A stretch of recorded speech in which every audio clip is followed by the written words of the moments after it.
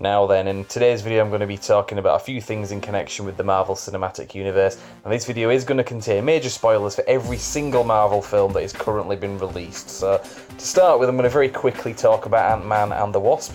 Very pissed off that this film took a month to get released in the UK. Not happy with that, the decision made there. Apparently it was to do with the World Cup, but whatever. Anyway, I like the film. I would say it's middle Marvel tier. Maybe not quite as good as the first Ant-Man film, but I think it was kind of more of the same in a lot of ways. It felt more like, not a heist movie like the first one was, but very much one where there's a mission, and it wasn't so much involving a villain, which you usually get with superhero films. Don't get me wrong, there was a kind of villain threat in there, but that wasn't the main purpose of the plot, really. There are plenty of things you could say in sort of criticism of the film, as you can with any of these, but I just find the Ant-Man films kind of family fun, really, a bit more sort of child safe, I guess. Now, going forward, Ant-Man is going to be in the next Avengers film, and in Ant-Man and the Wasp it did explain what happens to him in connection to the Thanos finger snap. And we have seen set photographs for the Avengers movie that's out next year, still untitled, so let's just call it Avengers 4 for now. And it does seem like Ant-Man goes back in time to the events of the first Avengers. As you can see here, Captain America is wearing what he had on in that first film. Thor, as seen here on the set of this new film, and Loki looking very much like they did in the first Avengers film in 2012. So strongly suggesting there's some kind of time travel. As you can see here, Loki is wearing the thing that was shielding his mouth from talking at the end of the first Avengers. Obviously that's a stuntman, that's not actually Tom Hiddleston, but clearly there's some kind of time travel event. I'm only guessing that they somehow use the quantum realm to go back in time. Obviously without the time stone, they can't use that, but they can kind of get around things. And as you can see, Tony Stark, who has aged, back in 2012 in the Avengers, has got the SHIELD logo on his arm as well, so God knows what's going on there. So that's Avengers 4 anyway, out next year. I believe this is official artwork that was leaked or something. I don't think it's been proven otherwise as yet. But next part of this anyway, let's have a look at a mailbag question, because I was talking to a guy called Ryan last night, which kind of prompted this video. Basically asked, when is it going to end? When is this Marvel Cinematic Universe going to run its course? Well, thing is with that, obviously there's no clear answer. I don't think they have an actual, this is where it's going to end, this is going to be the last film we do in, say, I don't know, 2030 or whatever. From what I understand, Kevin Feige, the main Marvel guy that's kind of spearheading all this, has got it all mapped out for the next 10 or so years.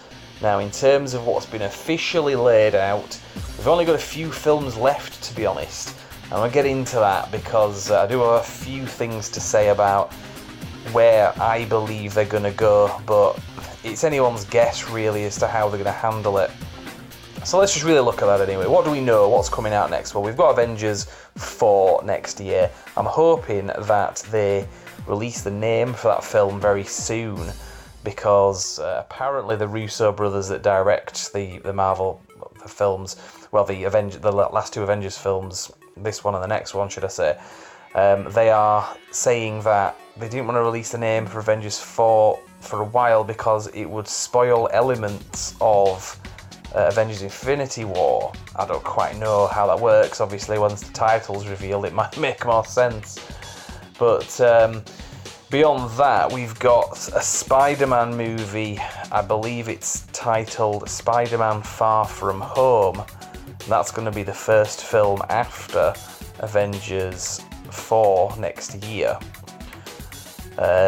So that is coming out, I think, in the latter part of 2019. Now, I don't know if that film is going to be set before Avengers Infinity War, like Ant-Man and the Wasp was. Obviously, Peter Parker died in Avengers Infinity War, so depending on what happens in Avengers 4, depends on whether or not he'll be back. If he's not back, then the only way that the Spider-Man movie that's coming out next year can work is if it's set before Avengers Infinity War, if that makes any sense. I'm kind of hoping they don't do that, to be honest. I want to see the Marvel Cinematic Universe moving forward.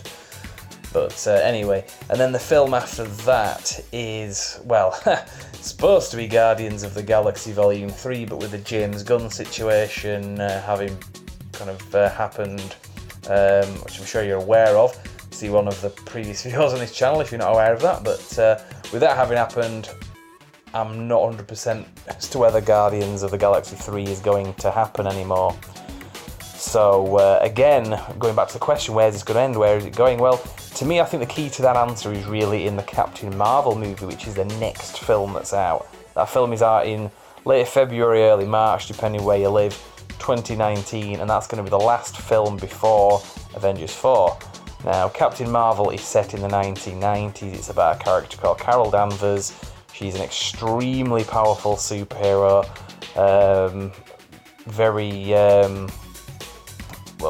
very much somebody who could sort out Thanos, let's just put it that way. Now, that movie is actually set in the 1990s, so it's a prequel.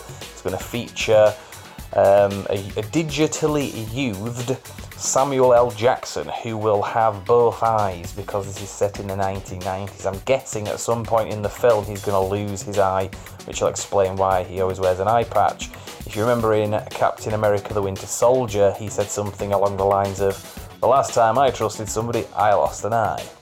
So I'm thinking that that's going to be explained in Captain Marvel.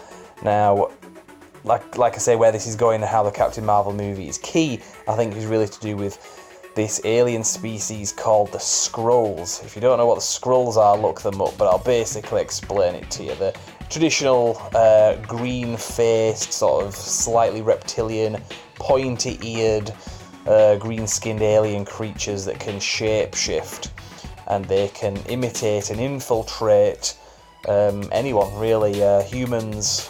This is something from the comics going back to, was it the 1960s, with the Fantastic Four, and obviously they've been pretty constant throughout the Marvel comics over the years, and had numbers of plot threads here and there. They've also been featured in quite a few animated series as well, like, was it Avengers Assemble, I think it was called, or just The Avengers? Cartoon from about 5 years ago, a pretty good storyline there, where basically they can just imitate large numbers of people and just do whatever is their agenda, basically.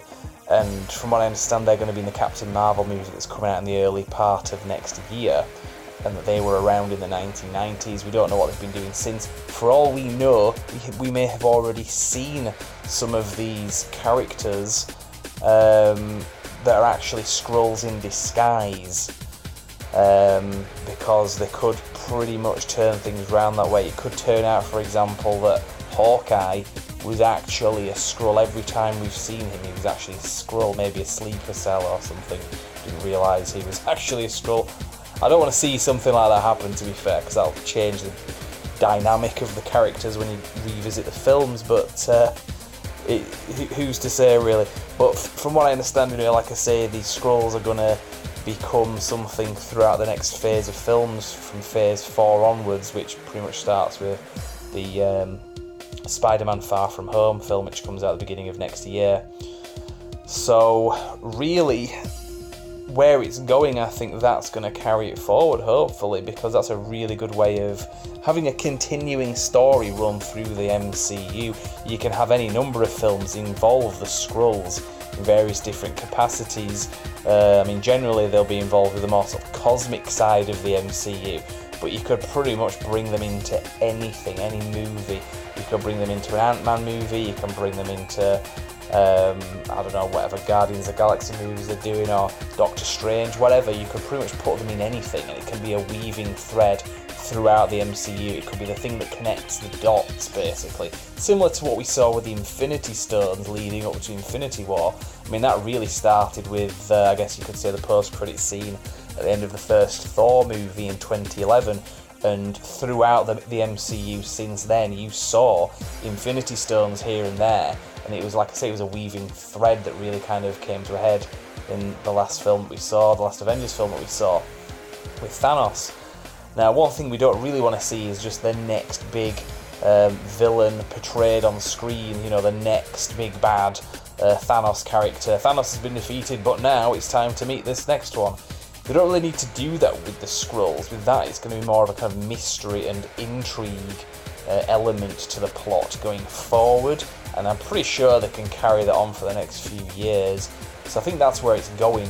But in terms of where it's going to end, I don't know. I think it will only end when these films stop making money, and I don't see that happening anytime soon, to be honest, which is a good thing, because that's what we want, because these films have been good.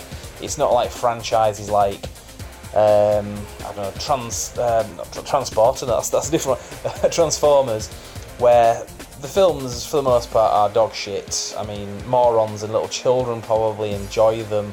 In a legitimate sense. I mean, you can enjoy terrible films, don't get me wrong. You know, you might like the Transformers films for that reason, but I think as legitimate films go, they are dog shit, but they continue making money. So we don't really want to see that with the MCU. We want to see it continuing to go forward and be good, because that's one thing that DC wasn't able to do. They weren't able to really make great films with the Justice League and Batman vs Superman and Suicide Squad. They're still making a bit of money, but not quite as much as they wanted to, so that's really hurting that franchise. With Marvel, they seem to have got best of both worlds, both critically and financially. So I guess that's the best answer I can really say. Where this is going to end is pretty much when these films stop making money. But that's where I think that they're going to go in terms of storyline anyway. Obviously, Thanos can't keep on doing what he's doing forever. I think that's going to come to a head in the next Avengers film, but who knows. Anyway, I'll leave it there because I've just kind of rambled all the way through this, but I hope that answers the question for you anyway. I will be updating things at Brand X Reviews as things continue, so if you want to follow us, you can do so on Instagram, YouTube, obviously, and Facebook. Facebook tends to be the thing that gets the most updates, to be honest. If you want to check out Brand X Reviews on there, please do so, but for now, I'll just say thank you very much for watching.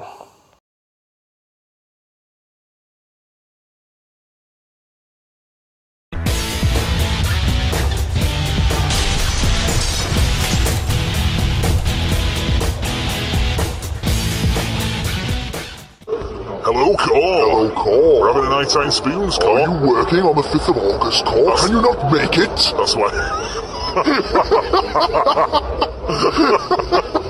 Damn it, Cor. Damn you, Cor. ASB, the antisocial bastard. Bring your spoon to the spoons.